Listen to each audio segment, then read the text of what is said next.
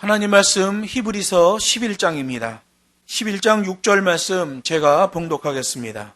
믿음이 없이는 기쁘시게 못하나니 하나님께 나아가는 자는 반드시 그가 계신 것과 또한 그가 자기를 찾는 자들에게 상 주시는 이심을 믿어야 할지니라.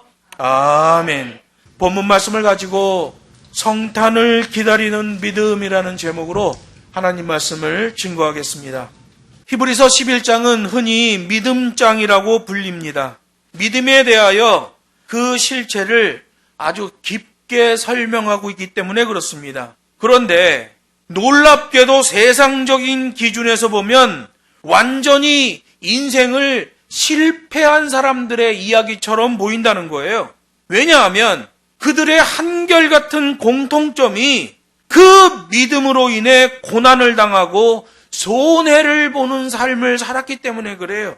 세상의 기준에서 보면 실패 사례인데 우리 하나님의 기준에서 보면 성공 사례가 되는 거예요.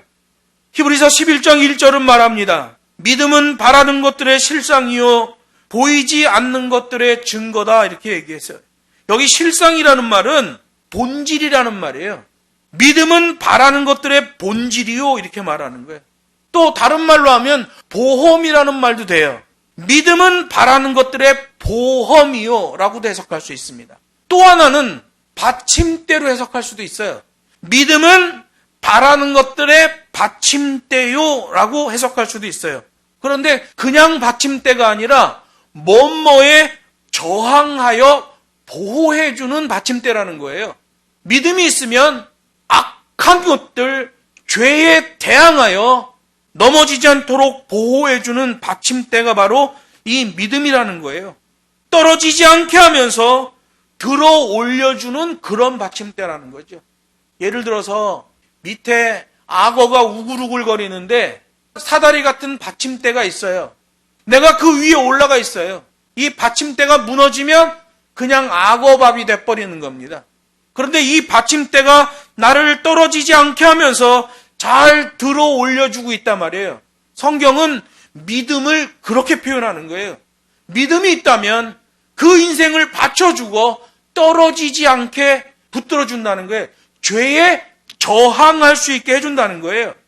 그 믿음, 그 받침대가 우리를 지켜주고 성장시켜주고 천국에까지 들어 올려주며 입성시켜 주신다.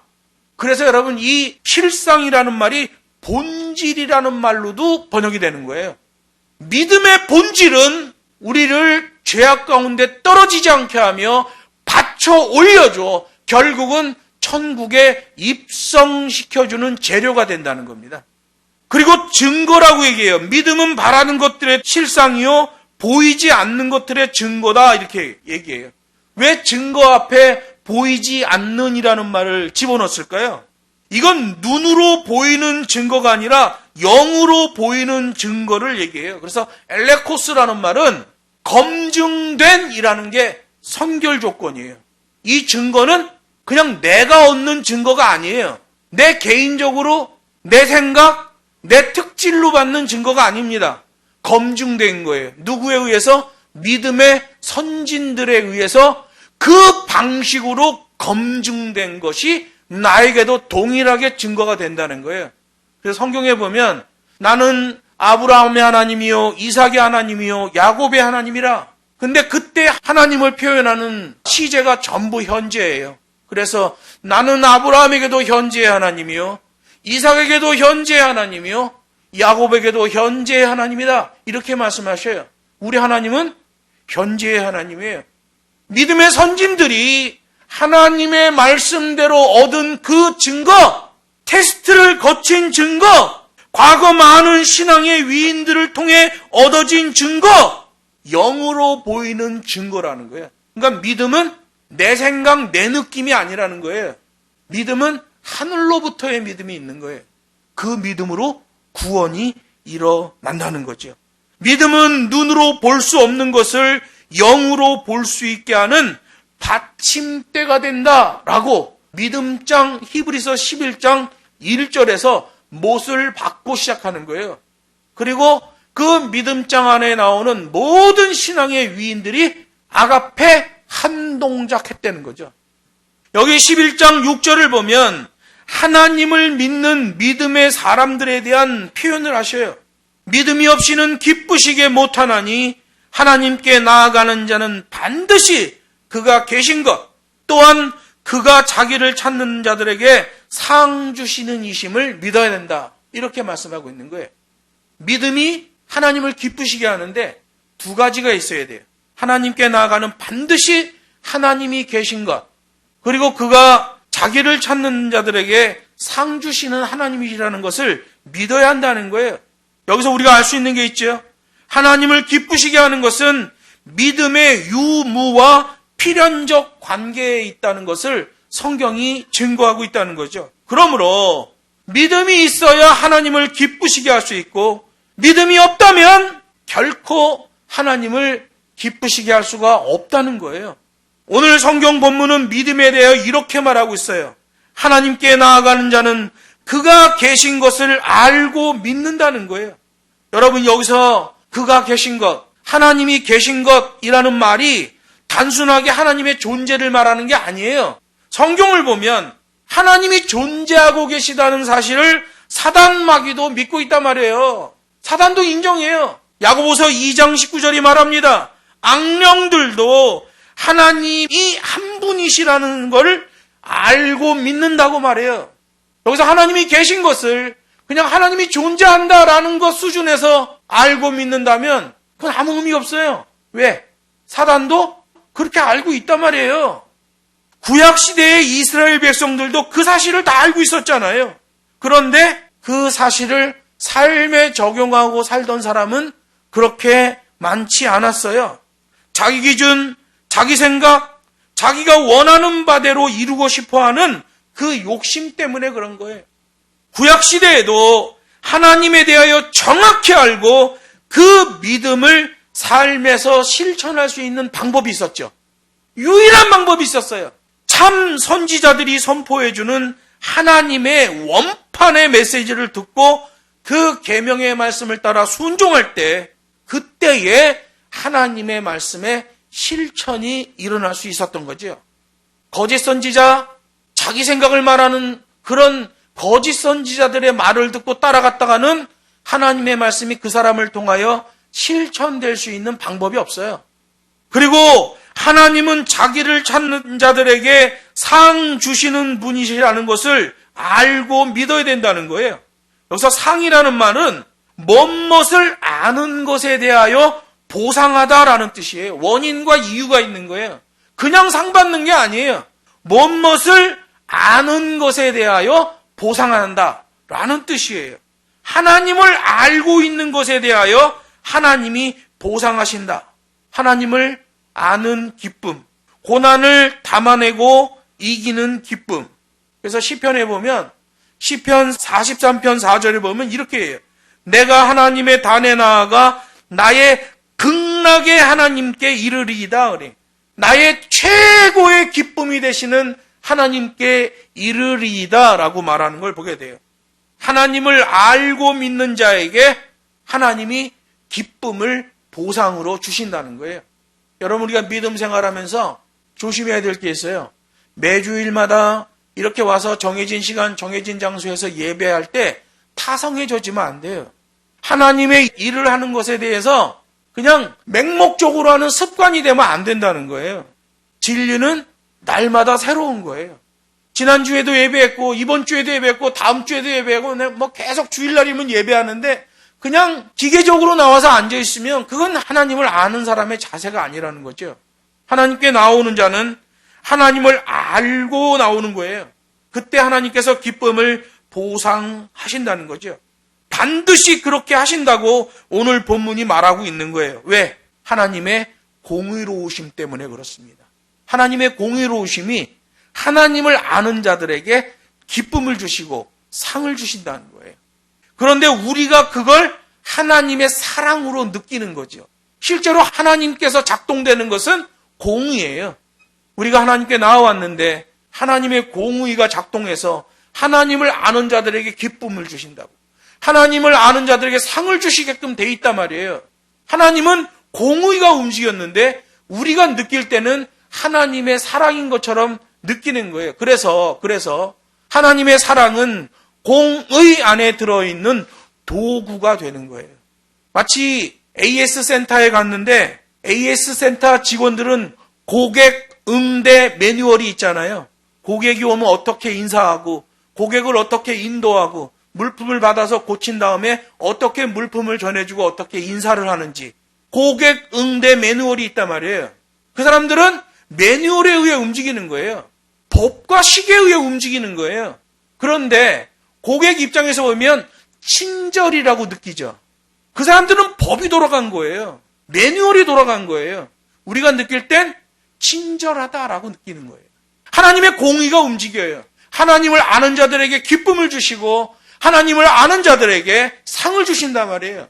공의가 움직여요. 우리가 느낄 땐 사랑이라고 느끼는 거죠. 여러분, 이 시대의 사람들을 보세요. 일반인들을 보면 해마다 12월이 되면 사람들의 마음이 설레잖아요. 그리고 무언가 행복한 일이 더 풍성하기를 기다려요. 특히 성탄절이 되면 예수 믿는 사람들뿐만 아니라 일반 사람들도 그런 것 같아요. 그런데 그런 마음의 설렘이 그저 마음의 들뜸이 되는 것은 곤란하다는 거죠. 왜? 쾌락주의로 빠지기 때문에 그렇습니다. 자칫 잘못하면 그리스도인들의 마음도 믿음으로 담아내는 성탄이 아니라 설렘과 들뜸으로 담아내는 성탄이 될 수 있단 말이에요. 다른 거예요. 믿음으로 담아내는 것과 설렘과 들뜸으로 담아내는 것은 다른 거예요.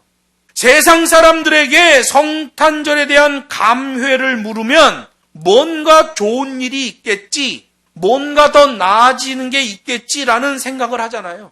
심각한 문제는 오늘날의 그리스도인들도 그런 생각을 한다는 거예요. 설렘과 들뜸에 붙잡혀 있죠. 세속주의 차원에서 표현하면 막연하게 돈 벌고 진급하고 유명해지고 행복해지는 그것을 낙원 또는 구원이라고 착각한단 말이에요. 세속주의는 그렇습니다. 일반 사람들은 그런 거예요. 이스라엘 사람들은 어떨까요? 하나님은 구약 이스라엘 백성들에게 계명을 주셨고 구원을 약속해 주셨어요. 그들은 수천 년을 기다려왔고 그 기다림의 삶 속에 이방인들과의 선명한 차이가 드러났다는 거죠. 그게 믿음인 것처럼 보이는 거예요. 하나님의 말씀이 이렇게 하라 하니까 그렇게 오실 메시아를 기다리며 그들이 생활했는데 이방인들이 볼 때는 그게 믿음인 것처럼 보여졌죠. 기다리는 목표가 있다는 것은 택함 받은 백성의 자부심이었어요.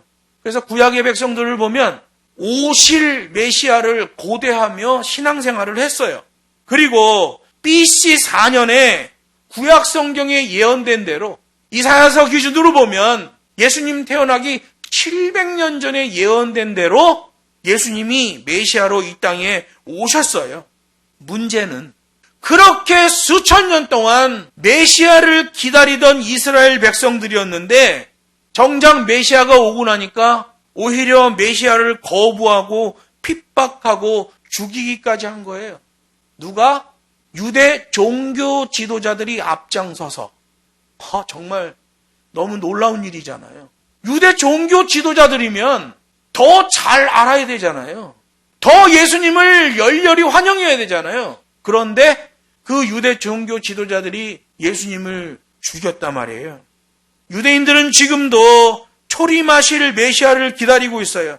그들은 자기들의 생각에 맞는 구세주를 기다리고 있는 거예요. 하나님이 보내주는 구세주가 아니라 자기들이 원하는 구세주예요. 자기 기준, 자기 생각에서의 행복, 자기 생각에서의 감동, 자기 생각에서의 구원, 그게 그들의 목표인 거지요. 하나님이 주시고자 하는 것에는 관심이 없고 자기들이 원하는 선물을 기다리고 있는 거예요. 여러분, 그건 신앙이 아니라 기복주의예요.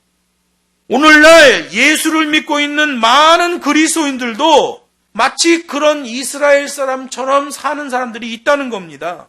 하나님이 주시려는 구원에는 관심이 없어요. 자기들이 원하는 축복, 자기들이 원하는 구원을 원한단 말이에요. 그게 대표적인 게 구원파지요. 이단들에서 말하는 구원이에요. 여러분, 구원의 확신은 이단 쪽으로 갈수록 강하게 나타납니다. 이단으로 갈수록 강하게 나타나요. 우리 한국교회의 90%의 교회가 박옥수, 구원파 이단의 구원론을 가지고 있습니다. 성경에서 말하는 구원론이 아니에요. 이단에서 말하는 구원론을 말하고 있어요. 왜? 그게 장사가 잘 되거든요. 사람들을 잘 미혹할 수 있거든요. 그걸 내려놔야 되는데 못 내려놔요. 왜? 그 이단에서 주장하는 그 구원론을 기성교회가 내려놓는 순간 성도 60%가 빠져나갑니다. 그래서 이단 구원론을 기성교회가 내려놓지 못해요. 여러분, 구원파 구원론 한번 확인해 보세요. 인터넷을 통해서. 똑같아. 근데 그게 장사가 잘 되죠. 왜? 기복주의니까. 자기들이 원하는 구원을 말해요. 여호와께서 말하는 구원이 아니에요. 자기들이 말하는 구원이에요. 성탄의 설교를 들어도 그들에게는 아무 유익이 없는 거예요. 이미 구세주가 오셨는데도 그 구세주를 믿는다고 하는데 삶에서 표현이 안 되는 겁니다. 구약 이스라엘 백성들과 똑같죠. 이미 구세주가 오셨는데도 자기들이 원하는 구세주를 기다리는 거예요. 보았어도 못 본 것처럼, 들었는데도 못 들은 것처럼 살고 있는 거예요. 마국간에 태어난 아기 예수는 알고 있지만 그저 옛날 이야기일 뿐 성탄의 신비는 모르는 거예요. 불신자들은 성탄을 죄악을 위해 사용합니다. 어마어마한 돈이 소비되고 곳곳에서 성탄절에 죄악이 넘쳐납니다. 오늘 서울 명동은 비상이 걸렸죠? 거기 몰리는 예상 인파가 50만 명이 예상된대요. 성탄절이에요. 뭐 했어요? 죄악을 누리는데 사람들은 사용한단 말이에요. 불신자들이. 그들에게는 쾌락이 구세주요, 에로스의 사랑이 구세주예요. 그들은 그런 성탄, 그런 구세주를 찾는 거예요. 성경에서 말한 것과 다르죠. 유대인들은 아직도 자기들이 원하는 구세주가 오지 않은 상태이기 때문에 엄밀하게 말하면 유대인들에게는 성탄이 아직도 존재하지 않지요. 그들은 아직도 양을 잡아서 제사로 드리면 하나님께서 용서하시고 은혜를 주신다고 생각하고 있는 거예요. 유대인들은 언젠가 좋은 일이 오겠지 라며 구세주를 기다리고 있는 거예요.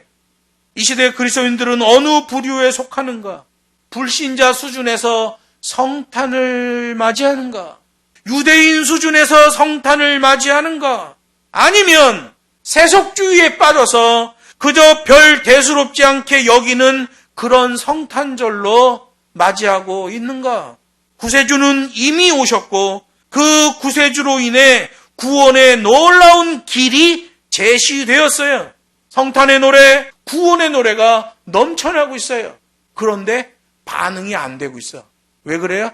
구약시대랑 똑같은 거예요. 참 선지자의 하나님의 메시지를 듣고 그 말씀에 반응하면 되는데, 그 삶에 적용하면 되는데 그게 안 되는 거예요. 왜? 수많은 교회의 메시지가 오염돼 있어요. 자기들이 원하는 복음, 자기들이 원하는 구원, 자기들이 원하는 교회. 어제 어느 목사님이 저에게 사진을 보냈어요.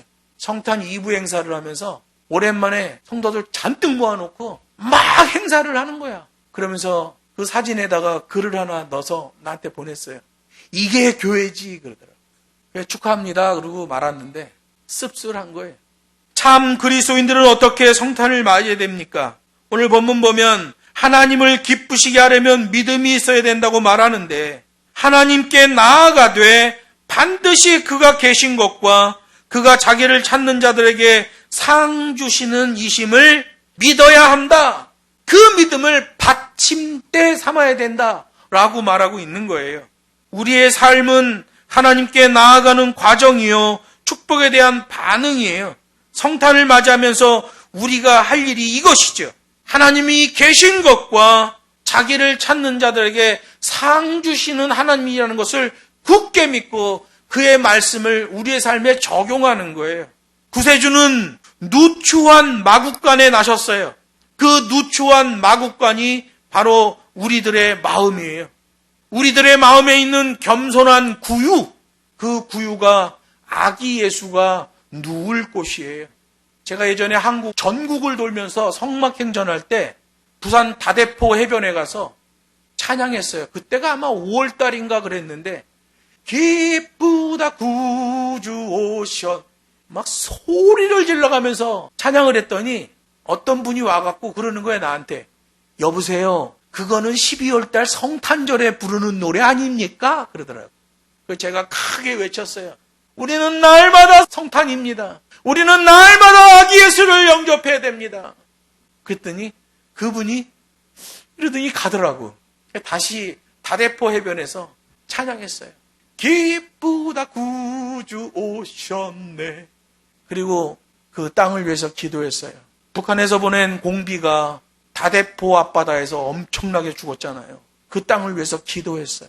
여러분, 성탄은 우리들의 마음속에 살아있는 거예요.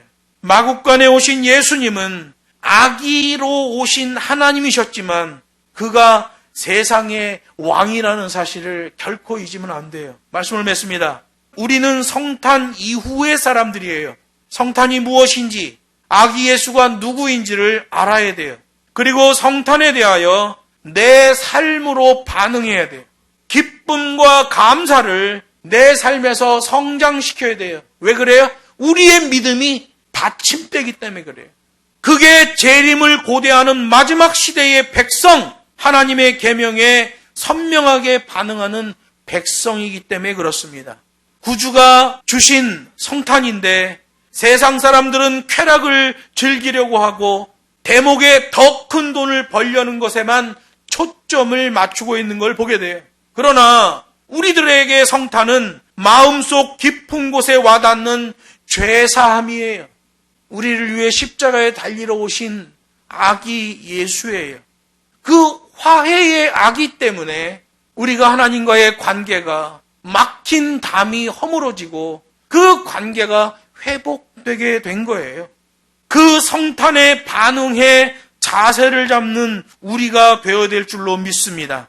하나님은 믿음으로 반응하는 자들에게는 반드시 상을 주신다고 히브리서 11장 6절에 기록해 놓기 때문에 그래요. 크게 반응하세요. 크게 찬양하세요. 크게 기뻐하세요. 크게 봉사하세요. 비교급을 넘어 최상급으로 하나님께 반응해야 돼요. 낮고 천한 곳, 누추한 마국간에 오셨던 그분이 바로 하나님이셔요. 기도하겠습니다.